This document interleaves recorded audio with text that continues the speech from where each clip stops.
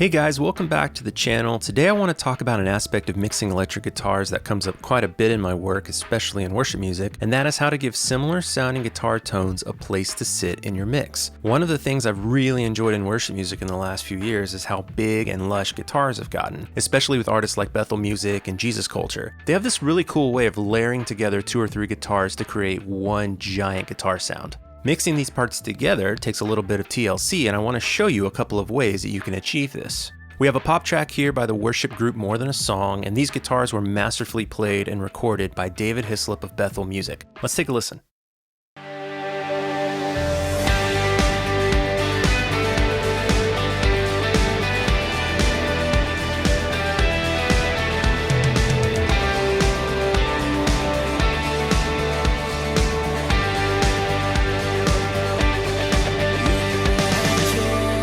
So essentially we have 3 parts here, an octave of the lead part on 2 tracks,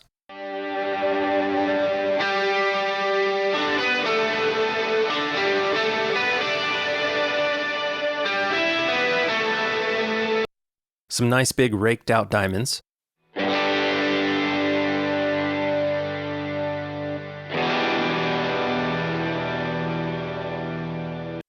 and a single picking part to hold the rhythm together.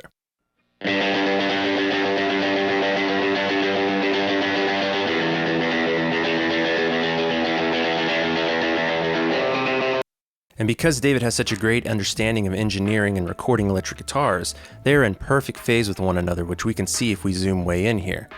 And because they are in such great phase alignment, a lot of the dry tone is right up the middle, and the effects kind of splay out towards the sides. This is great for the hook part, but for the rhythm parts, I'd like to achieve a little bit of width. And there's a couple of different ways I can do that. One of my favorite things to do with stereo guitar amps is to take one of the amps and invert the phase, making it 180 degrees out of phase with the other amp. Now, if you've done your research, you know that that sounds wrong, but it could be just the ticket to making that performance sound really wide. Now take a listen to what happens to the sound as I play back this guitar performance and I invert the polarity in and out.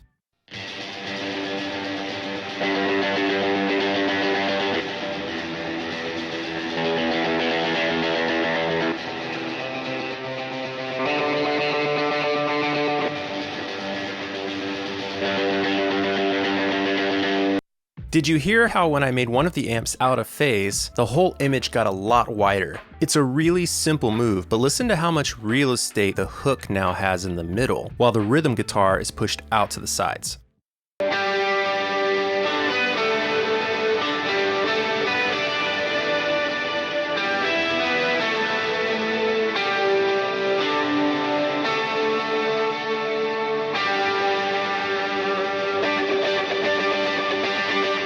Now both of these parts are playing nicely with each other.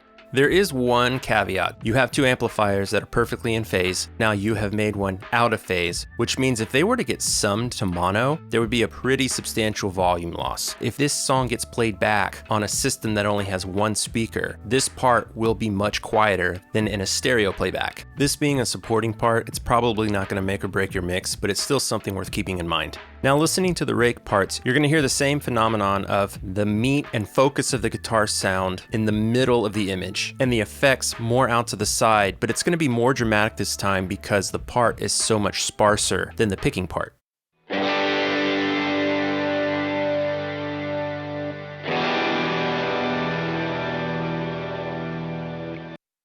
With this part, what I would like to try is delaying one of the amplifiers, creating the illusion that this part was doubled. Listen to what happens to the stereo image of this part as I start to delay the left amplifier.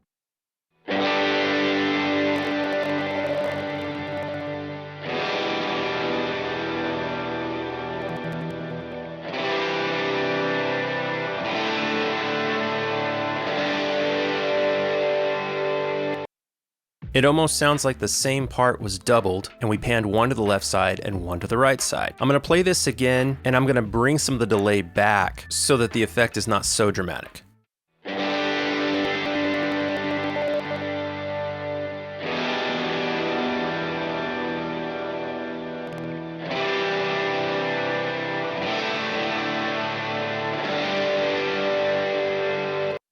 Right about there feels pretty good. Let's listen to it with the hook and see how it sounds.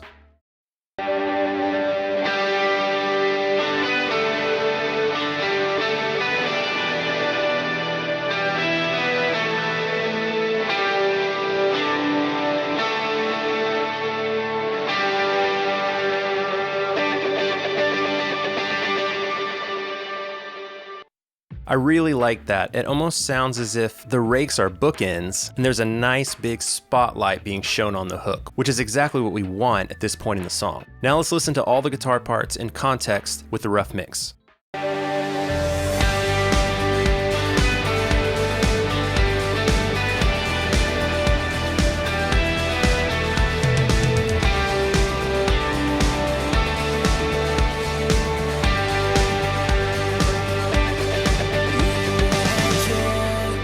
That sounds really good to me already for what is essentially almost no mixing work at all. We've flipped one amplifier out of phase and we've delayed one a couple thousand samples. We haven't done any EQ, we haven't done any compression, and already we're off to a great start. I hope these concepts can help you a little bit as you're trying to get your guitars to fit in the mix. Please be sure to like and subscribe. Don't forget to download your free multi-track session below, and we'll see you next time.